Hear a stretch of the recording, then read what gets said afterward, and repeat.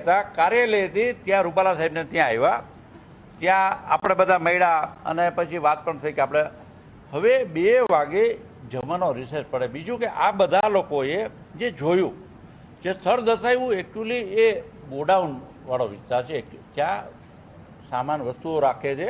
ભાજપની એન્ટ્રી આપને બધાને ખબર છે કે મેઇન એન્ટ્રી આગળના ભાગથી પાણીના ટાંકાની બાજુથી મેઇન એન્ટ્રી છે, ત્યાંથી જ અમે બધા આવજા કરે. આપ બધા પણ ત્યાંથી જ આવો છો.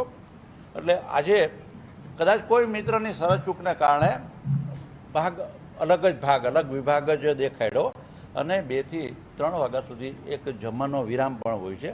અંદરના કાર્યકર્તાઓ તો ઉપસ્થિત હતા જ, પણ બાકીના લોકો આપણે બધા થોડાક મિત્રોને મને ફોન આવ્યા, બાકીના મિત્રોને તો આજે પરસોત્તમભાઈ રૂપાલા સાહેબને ત્યાં મીડિયા એકત્રિત થયું હતું, તો હું ને માધવભાઈના મિત્રો અમે લોકો ત્યાં આવ્યા. ત્યાં આપણે બધા સાથે મળ્યા, 2:30 વાગ્યા સુધી ત્યાં હતા.